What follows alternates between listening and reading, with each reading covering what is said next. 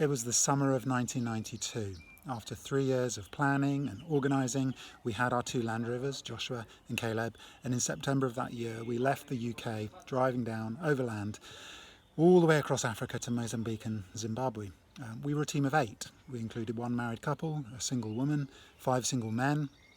We had a nurse in the team, 2 mechanics, a carpenter, 2 photographers, and I was the team treasurer. And we set off.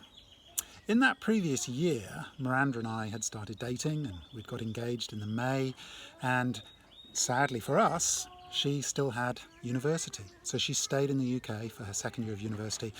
And as I left the UK, we began a 1-year separation, apart from 3 years at Christmas when she joined us in Cameroon. It was a challenging time for us. Very difficult to be apart for that long. But one of the amazing things was that we were able to communicate by letter. We sent 400 letters backwards and forth between the two of us over the next year, and amazingly not a single letter went missing. And actually for me that's a miracle, especially for Miranda writing her letters to me, because I was always on the move. So she had to send her letters sort of one step ahead of me. So we had a group of addresses scattered across 20 nations where she could write to.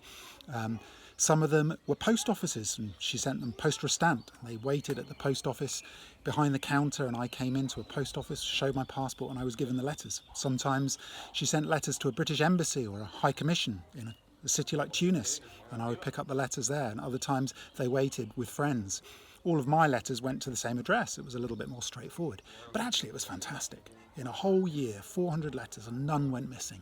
And so now I'm sitting here with literally 3 inches of letters, reading these letters from almost 30 years ago, and seeing again the struggles that we went through as a couple being apart, but also the amazing blessings we had as we learnt to communicate in deeper ways.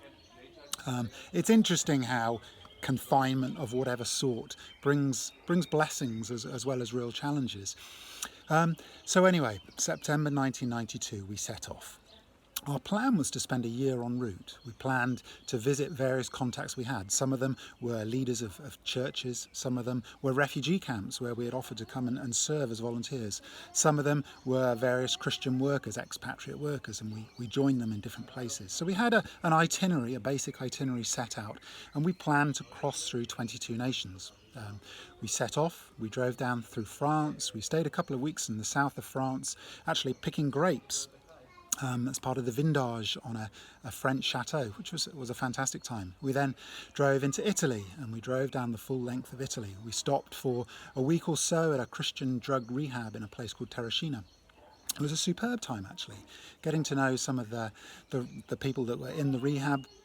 They'd come from difficult lives, years of addiction. Several of them were suffering with HIV and AIDS, and just daily meeting with them. We worked with them in the agricultural fields, picking radishes. We spent time with them in meetings. We heard their testimonies. We played football with them. And it was just a great time of experiencing something completely different. We were really surprised when we finally left Terracina that the leader of the drug rehab took us aside, and he took us into their food store, and he insisted on giving us a huge amount of food, 20 kilograms of spaghetti, 24 bags of pasta, 12 huge bags of soup with about 15 portions in every single bag, 24 bags of dehydrated curry sauce, 24 jars of homemade tomato sauce. Enough food basically that lasted us for the next 6 months. And we carried on the next day driving down the length of Italy, and the plan was to cross over by ferry into Sicily. Interestingly, because I was the treasurer, I'd actually been voted against on this one. I wanted us to drive down through France and Spain and cross over at Gibraltar, which was a shorter crossing, much cheaper on the ferry. But the rest of the team wanted to go down through Italy. And I saw actually God's provision in a way that really showed me that they were right. It was great. Firstly, the food.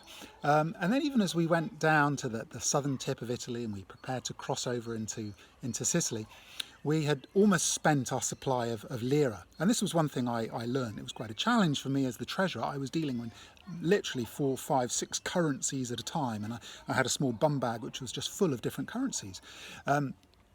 We were thinking we'd be able to use Visa cards, but we realised in the southern part of Italy we couldn't use cards at all. And we had 64,000 lira left, I think. and we didn't know how much the ferry was going to cost. So we limited our spending. We got to the ferry with 64,000 to find that the ferry cost 62,000 lira. So we had exactly the right amount to pay for the ferry and to buy 5 apples. We got on the ferry, we crossed over to Sicily. We landed there and we then spent some time driving into Catania, where we had a contact. Catania, a beautiful city at the foot of Mount Etna, and we stayed at a weekend with a lovely church there. We shared in the church on Sunday. It was 40 people in a small community. And again, we were just struck by the amazing hospitality and generosity of ordinary people. They took us out for lunches, they lavished gifts on us. And then they took up a collection at the end of the service, and they gave us a large donation, 675,000 lira, which I guess at that time was about £350, which almost to the penny paid for the ferry crossing from Palermo to Tunis. And so me of little faith, who was trying to choose the cheaper route, saw just how God could provide in amazing ways for us. We crossed by ferry in the early morning from Sicily, a long crossing to Tunis, and we landed in Africa. And for the next months, the next year, we would be driving across Africa. We spent about a week in Tunisia visiting friends in the south of the country, had a wonderful week there, and then we crossed into Algeria. So this was our first border crossing in Africa, and it was an interesting time, let me just tell you that. We spent 26 hours at the border trying to cross from Tunisia into Algeria. We'd already discovered that it was very difficult to even get visas for Algeria. It was probably one of the hardest places that we had to get visas for. It had taken us weeks to get our visas. We'd got them when we were back in the UK. We had the visas. So we left Tunisia. We deliberately, and wrongly it turned out, we deliberately chose what looked on the map like a quiet border. We thought that would be easier for us. We chose a quiet border crossing. We left Tunisia. We had about 6 or 7 miles of no man's land, so we drove through no man's land. We arrived at the Algerian side. First of all, we went through the police part.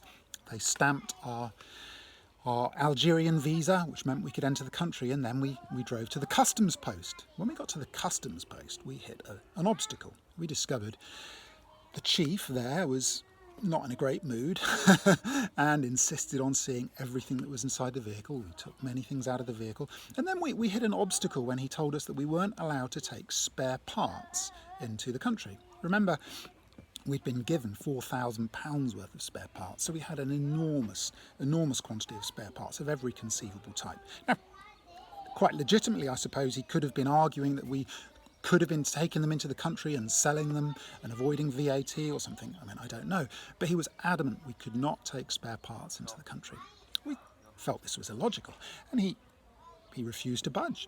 He basically said, well, you've got a choice. You either pay import duties on all these spare parts, or you leave your spare parts here at the border, and when you leave the country, you can come back and collect them. We tried telling him we're not leaving the country through this border post. We're driving south. We're planning to drive through Algeria into Niger. We're never going to come back to this border post, probably ever again in our lives. But he wouldn't budge.